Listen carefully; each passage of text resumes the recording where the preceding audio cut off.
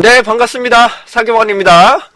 이번 동영상은 2022년도 10월 12일날 제가 직접 비대면 강의로서 데이터 리트러시 내용을 강의했던 내용입니다.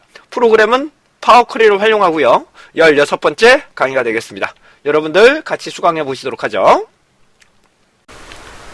자, 제가 요거 저장하고 자, 데이터를 한번 열어보고 진행하겠습니다. 얘 끄고 다시 한번요. 제가 다시 한번 제공해 드릴게요. 다시 한번 해볼게요. 자, 시작합니다. 자, 인사관리 여기 부분에 이제 2022 데이터 제공용 HID가 될 거고요. 여기 보시면 기본 실습 자료입니다. 여기 가시면 인사관리 부분이 있습니다. 인사관리 한번 여기 마시고 요걸 하셔도 되고요. 저는 실습을 해야 되기 때문에 여기 나와 있는 실습 중으로도 진행하겠습니다. 실습 중으로 진행하겠습니다. 자, 여기 보시면 전처리라고 나타나고요. 전처리에서 실습을 해보겠습니다. 우선 상관 분석을 시작해 보겠습니다. 상관 분석을 실시하는 방법은 데이터의 데이터 분석을 실시하는 방법이 있고요. 다시 데이터의 데이터 분석, 그 다음에 추가 기능에 해당한 부분인데 데이터의 데이터 분석은 P값이 안 나와요. P값이 안 나오고 P값은 별도 계산식을 사용하셔야 되고 저걸 해야 됩니다. 상관 개수값이 나타난다는 것만 말씀 좀 드릴게요. 자, 상관 분석은 문자가 투입되면 분석을 하실 수가 없습니다. 네, 문자가 투입되면 분석이 할 수가 없어요. 자, 진행해 봅니다. 자, 데이터의 데이터 분석, 그 다음에 상관 분석 시작해 봅니다. 근데 상관 분석이 자, 제가 이게 다각적으로 여러 개를 선택할 수 있는지 한번 먼저 볼게요. 제가 이게 가끔 기억이 안 나는데 요 부분을 선택하고 이렇게 선택해 볼게요. 요거 총 4개만 선택해 볼게요. 보고 한번 실행을 해보면 이렇게 안 됩니다. 이렇게 실행이 안 돼요. 연속적이지 않으면 얘가 분석이 되지 않습니다. 그러니까 한 번에 드래그가 돼야 돼요. 다시 한번 한 번에 드래그가 돼야지만 분석을 하실 수가 있습니다.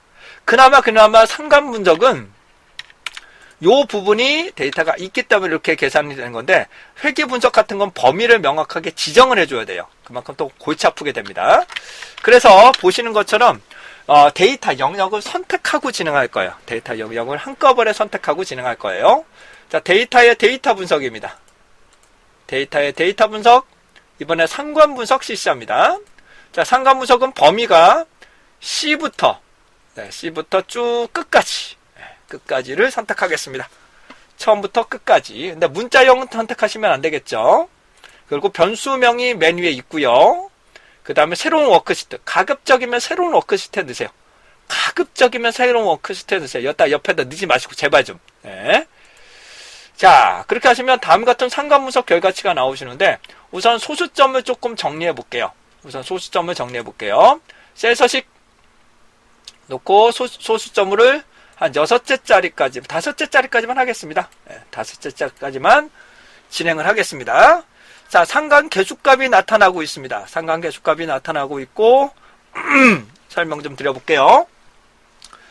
자, 요걸 가지고 이제 설명 좀 드려봐야 될 건데, 얘는 대각대칭이죠? 대각대칭이기 때문에 여기와 여기를 설명하나, 여기와 여기를 설명하나 똑같은 내용이에요. 요거나 요거를 설명하는 게 똑같은 거예요. 자, 수행력과 전문 지식을 보시게 되면 상관관계가 없네요. 음수의 방향이고, 반대의 방향이고, 음의 방향이고, 얘는 상관관계가 없다고 보여집니다. 얘는 실제 데이터가 아니라서 그럴 수도 있습니다. 공원도와 관련이 있는 것, 다시 공원도와 관련이 있는 것을 보니까 그렇게 많이 없네요. 해당되는 부분이 공원도와 관련이 있는 것들이 해당되는 곳이 생활태도하고 연봉의 요 부분이 있네요. 요 부분 연봉 상승률 같은 경우는 공헌도가 상당히 관계가 있다. 보실 수가 있겠네요. 여기 부분하고 여기 부분을 동시에 봐야 되겠죠. 자, 그러면 여기가 상당히 관련성이 있겠네요. 해당 부분. 그러니까 해당되는 공헌도는 다시 한번에 공헌도는 생활태도와 연봉 상승률의 양의 방향으로 관계가 상당히 높다라고 보실 수가 있겠네요. 자, 계속합니다. 근태를 보겠습니다. 근태를 보면 0.65하고 관련이 있는 변수들은 거의 없고요. 생활태도 같은 경우는 아까도 말 공헌도와 관계가 있고요. 네. 그 다음에 생활태도는 연봉 상승률과 관계가 좀 어느 정도 있네요. 0.8 정도면 상당히 높은 표준이에요. 그래서 0.6보다 높은 것만 한번 표기를 해보겠습니다. 0.6보다만 높은 것만 표기를 해볼게요. 음영 처리하겠습니다. 그러면 이렇게 나타날 수가 있겠죠. 0.6보다 높은 것만 딱 보시게 되면 다시 한번요. 이렇게 정리를 할 건데 이거 인사이트가 되겠죠. 얘가 실제로 이제 해당되는 인사이트가 될 것입니다. 자, 이렇게 살펴보시면 생활 태도가 높아지면 높아질수록 공헌도는 높아지겠다. 그러니까 공헌도가 높으면 다시요. 천천히요. 공헌도가 높으면 그 다음에 생활태도, 연봉, 상승률도 높다. 네, 이렇게 될 것 같고요. 또 계속합니다. 생활태도가 높아지면 생활태도와 연봉, 상승률은 높은 관계를 가지죠. 높은 상관관계를 가집니다. 자, 상관관계가 높다는 것은 이렇게 쓰면 안 되겠네요. 공헌도, 생활태도, 연봉, 상승률, 높은 상관. 그 다음에 생활태도와 연봉 생산은 높은 상관관계. 이렇게 살펴보실 수가 있겠네요. 자, 그래서 공헌도를 기반으로 보면, 보면은 생활태도와 연봉 생산률은 높은 상관관계를 가지게 되는 거고요. 생활태도와 연봉 생산은 높은 상관관계를 가지게 됩니다.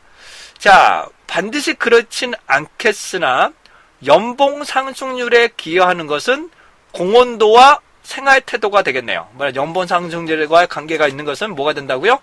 공헌도와 생활태도가 될 것이고요. 생활태도 역시 공헌도와 관계가 있기 때문에 실제로 공헌도를 통하면 연봉 상승률이 상당히 해당되는 상승 정도 해당되는 높은 상관관계가 있을 수 있다는 것을 살펴보실 수가 있습니다. 공헌도가 높아지면 생활태도도 높아지고 이 두 가지를 통해서 우리는 연봉 상승률이 높아질 수 있다. 이런 것들도 살펴보실 수 있을 것 같아요.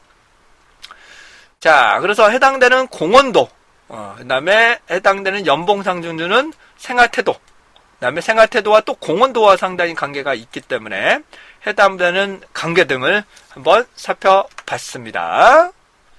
그러면 제가 딱 봤을 때 여기서 직접적인 관계라고 좀 보기는 어렵겠으나 이렇게 추세를 보실 수가 있겠죠. 이렇게 보시면 공헌도,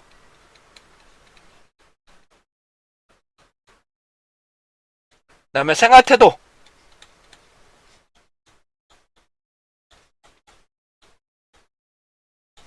그 다음에 얘가 연봉 하게 되면 서로 간의 관계가 있고요. 이 변수 자체도 관계가 있다라고 보실 수가 있게 되겠네요. 네, 공헌도와 생활태도에 서로 간의 관계가 있고 이 변수들은 전부 다 연봉하고 해당하는 부분이 다 관계가 있다. 이렇게 보실 수가 있게 되겠습니다. 네, 이게 기본적으로 인사이트다라고 보실 수가 있게 되겠네요.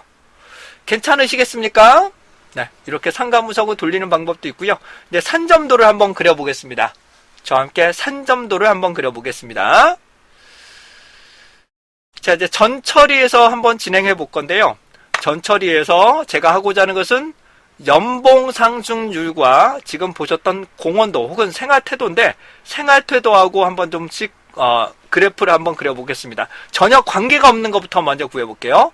근태와 연봉 한번 해보겠습니다. 근태와 연봉을 가지고 먼저 그래프를 그려보고요. 그 다음에 생활태도와 관련해서 그래프를 한번 그려보겠습니다. 자, 근태를 먼저 선택합니다. 근태를 먼저 선택하시고 컨트롤 누르시고 연봉 상승률, 여기 나오시는 연봉 상승률을 선택합니다. 다시 한번요. 근태를 먼저 선택하시고 연봉 상승률을 선택합니다. 이어서 분석에서 해당되는 분석 어디 갔나? 여기서 그래프입니다. 삽입에서 여기 분산형 그래프를 선택합니다.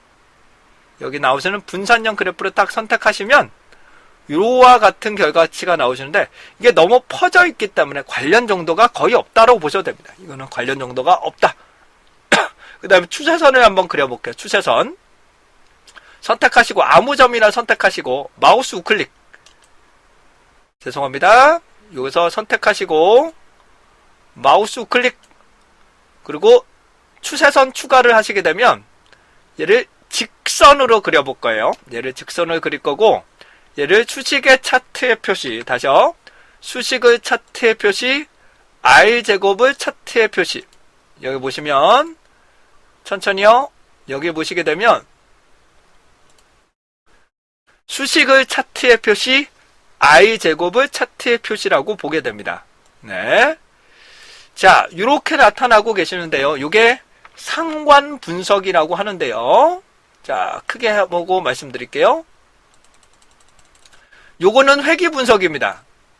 요거는 회귀 분석, 요거는 회귀 분석이에요. 요거는 회귀 분석이에요.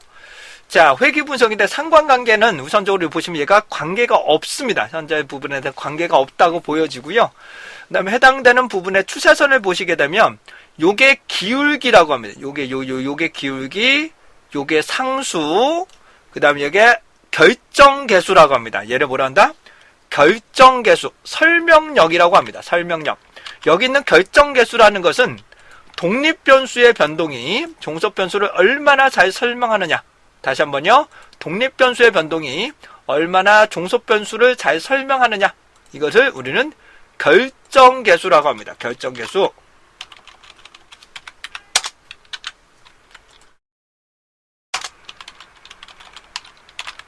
네, 결정계수. R제곱이라고도 하고요. 네, R스퀘어라고도 하는데요. 독립변수의 변동이 종속변수의 변동을 얼마나 설명하느냐를 우리는 결정계수라고 합니다. 결정계수라고 합니다. 이거는 회귀 분석할 때 조금 더 설명을 드릴 거예요.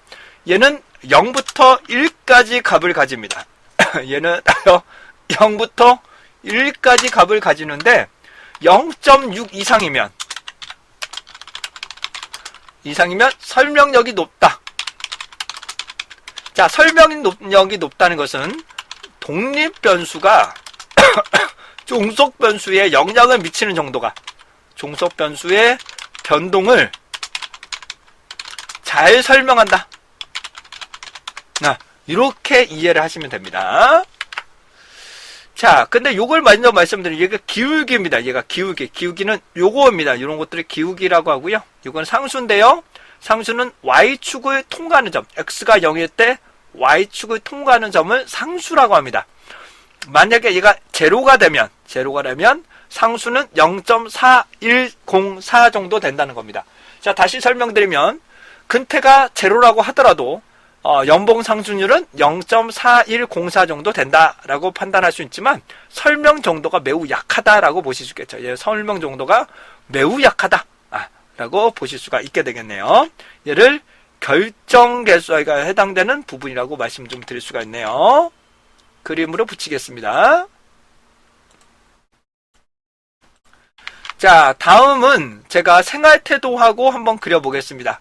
자, 한번 실습을 한번 해보실까요? 여러분들도 생활태도와 연봉상승률을 한번 구해보실 텐데, 이번에는 데이터의 데이터 분석도 써보실 거고요. 이번에는 이제 그래프를 그리는 거잖아요. 해당 부분은 생활태도와 연봉상승률 먼저 선택합니다. 얘를 각각 선택하시고 삽입 그래프를 그려봅니다. 분산형을 그려봅니다. 그러면 자료들이 이쪽에 많이 몰려있지만 사에서는 많이 좀 퍼져있네요. 4집단, 지금 해당되는 생활태도가 4집단이면 좀 예측 정도가 좀 떨어질 것 같아요. 근데 이 이하에서는 예측하는 정도가 상당히 높겠네요. 네. 이렇게 되면은 요쪽만 생활태도가 3인 집단만 다시 뽑아다가 해당 부분은 그 원인들이 무엇인가를 찾아내는 방법도 충분하게 가능하다고 보여집니다. 자, 점을 찍고 마우스 클릭, 추세선 추가, 그리고 여기서 수식의 차트 표시, R제곱의 차트 표시. 다시 한번 뭐라고요? 수식의 차트 표시, i제곱의 차트 표시를 하게 됩니다. 자, 이렇게 나타났었는데요. 요게 해당되는 상관 분석, 상관 분석의 결과치라고 보시면 됩니다. 상관 분석을 활용한, 이제 활용이보다는 이게 결정계수, 회귀 분석이라고 보시면 되겠죠. 자, 여기를 보시게 되면 요게 기울기입니다. 요게 기울기, 요게 상수인데 얘가 0이 돼버리면은 어떻게 된다? 얘가 마이너스 축으로 간다. 그러니까 생활태도가 0이 돼버리면 오히려 연보상수는 감소가 된다는 거죠. 생활태도가 4가 된다면, 생활태도가 4가 된다면 요걸 곱하고 더하면 된다는 겁니다. 그래서 요걸 곱하고 더하면 생활태도가 요 정도가 된다면 요 정도 해당되는 부분을 살펴보실 수가 있어요. 참고적으로 결정계수, 상관계수의 제곱값이, 상관계수의 제곱값이 결정계수 값이 됩니다. 단순 회귀 분석에 한정해서. 자, 단순 회귀 분석에 한정해서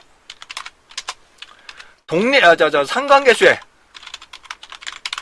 제곱값이 결정계수 값이 됩니다. 네. 그렇다면 얘를 루트를 씌우면 상관계수 값이 될까요? 얘를 루트를 씌우면 상관계수 값이 될까요? 자, 다시 한번요. 그러기 로의 제곱값이 결정계수랍니다. 그쵸? 그렇다면 r제곱의 루트가 상관계수 값이 되느냐? 안 됩니다. 절대값을 해야 됩니다. 절대값. 왜냐하면 상관계수 값은 음수가 존재할 수가 있기 때문입니다. 음수가 존재하기 때문입니다.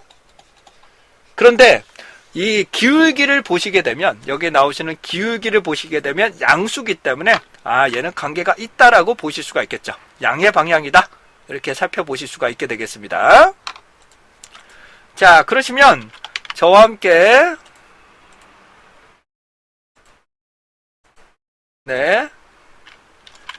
상관 분석을 한번 더 해보도록 하겠습니다. 자, 실습을 한번 진행해 볼게요. 이번에는 깨끗하게 놓으시고 제가 데이터의 데이터 분석이 아니라 추가 기능의 KESS로 진행하겠습니다. 추가 기능의 KESS. 여기 보시면 회계 분석이라고 나오고요. 회계 분석에 상관 분석이라고 들어갑니다. 원래 상관 분석이는 인과관계라고 보기가 좀 어려운데, 회계 분석 안에 상관 분석이로 들어가시면 전문 지식부터 쭉 집어넣습니다. 끝까지 놓고 얘를 상관 분석, 피어슨이라는 방법으로 진행하겠습니다. 피어슨 방법을 통해서 분석을 시작하겠습니다. 자, 분석을 하게 되면은 다음과 같은 P값과 해당한 부분을 보실 건데, 전문 지식, 그쵸? 전문 지식과 관련된 것들이 무엇이가 있는지 쭉 분석을 하게 되고요. 0.000이 닿았다는 거는 관계가 매우 높다는 거죠. 근데 자기가 자기를 하는 거니까, 자기가 자기 하는 거니까 그렇게 의미는 있지는 않고요. 전문 지식과 의미가 있다는 것은 없네요. 0.05보다 작은 게 없죠. 수행력과 작은 것은 0.05보다 작은 거는 요거 있네요. 공원도. 공원도가 있지만 상관 계수값은 좀 약하네요. 강도는 매우 약하다라고 보실 수 있겠죠. 상관은 있으나 강도가 약하다. 그 다음에 적극성도 상당히 수행력과 관련이 있으나 강도는 좀 약하다라고 보실 수가 있게 되겠고요. 관리력 같은 경우에도 요 부분이 되겠죠. 관리력 같은 경우에도 해당 부분이 0.05보다 작은 건 요거밖에 없네요. 그래서 근태가 되겠네요. 근태하고 갈렸지만 강도는 매우 약하다. 공원도는 아까도 말씀 올린 것처럼 이 두 가지, 그쵸? 해당되는 생활태도하고 연봉 상승률 관련이 좀 있다고 보여지고요. 적극성은 해당되는 연봉 상승률과도 좀 관련이 있지만 강도는 약하다. 약한 강도를 가진다 라고 보시면 되실 것 같아요. 기타 등등등등등 해서 이렇게 나오는 내용들은 앞에 내용하고 똑같다 라고 보시면 되실 것 같아요. 그래서 우리는 상관 분석이라고 한다. 자, 산점도를 그려서 분석하는 방법까지 말씀을 좀 드려봤고요.